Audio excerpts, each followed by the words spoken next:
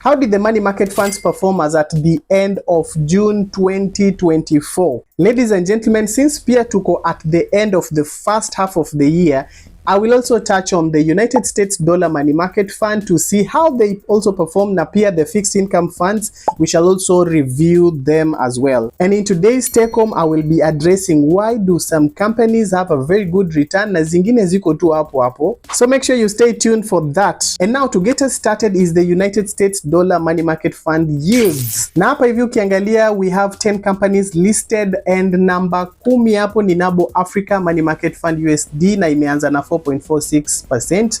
Then NCBA ikafollow hapo, Absa, CIC, KCB, Old Mutual, Sanlam, Dry Associates, Kuza Money Market Fund, and then finally leading the pack on the United States dollar money market fund segment ni Etica with 7.84%. There's a lot that you can learn about the United States dollar money market funds. There are videos on my YouTube channel. Please make sure that you make some time, go through them before you get to invest in the United States dollar money market funds and to know whether it is good for you or not. Next on the list is the fixed income funds. Hapa ndio ile place ya wale watu wa Zimele, watu wa NCBA, mbona siwaoni, and I'll be posting a video about what happened to Zimele. Make sure that you're following and you subscribe to the YouTube channel kwa sababu hapo ndio will feature the full video. So on the fixed income funds, Orient ilianza hapo list yetu ya top 10 na 10.64%. Then kuna Absa, NCBA inakuja at 12.26%.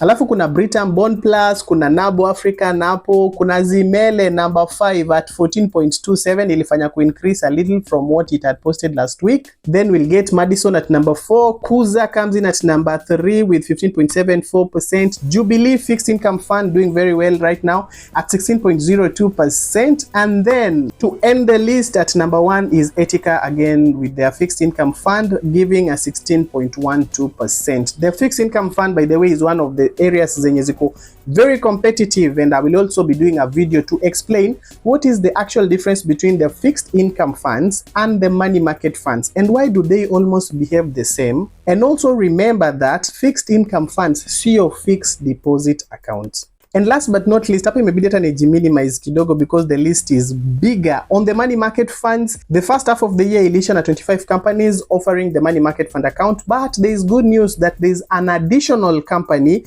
which is known as Avocop. I will be doing a review on the same and you'll be seeing going forward on the reviews tutakuwa tuko 26. So watch out for that video where I'll do the review on the new entrant to the money market funds. As you can see, ladies and gentlemen, the inflation rate came down to 4.6%. That is down from the 5.1 that we had the previous month, which means that for you as an investor, this is good news. On the other hand, as you can see, the average on the money market funds remained the same. 15.17% that we had last week is the same thing that we've scored this week. British American is still the only company giving us a single digit return on investment at 9.67%.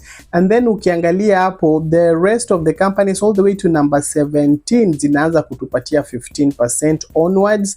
Ukikuja mpaka hapo hivyo number 6 they get into 16%, from number 4 kuna 17%, and finally the top 2 are still giving us an 18% and above. And as you can notice, ladies and gentlemen, Etica is back at number 1 after several weeks of having Lofty Coban leading the pack. And in today's take-home point, I want to respond to the concern that many people have been having about why do some companies have an 18+% and then zingine ziko na 9%, as you can see over here. I've done several videos to talk about the money market funds, how the structure works, how all of them are regulated. You can check the series hapa kwa description. You can also take the master class as well and get to learn more on how the money market funds zina work.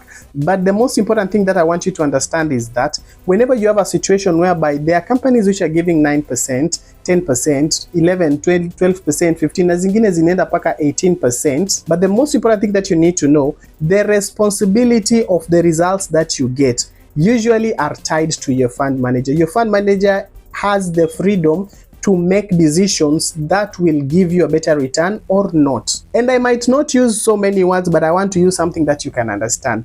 Ushaona watoto wa shule wenye are exposed to the same teacher, the same classes, and then at the end of the duration, at the end of the year, whenever they're doing the exams, utapata kuna wale wenye watakuwa na A, wengine watakuwa na A-, wengine watakuwa na B, C, na kuna mtu pia hapo atatoka champion na D- yake ama E. All of them were exposed to the same opportunities, but the decision that the child made, ukicombine them with so many other different factors, that is the same experience that happens with the fund managers. All these companies are regulated the same way, they have the same framework, the risk is the same. The risk that your money faces when it's giving you 12% or 9% is the same risk that you're exposed to when your money is giving you 18% on top there. Ati ukue mediocre ndio uko safe. Ati wacha nichezea hapa kwa 15-16% ati ndio inakaa safe. So that was our take home for the day today. Kama hujafungua account, what are you waiting for?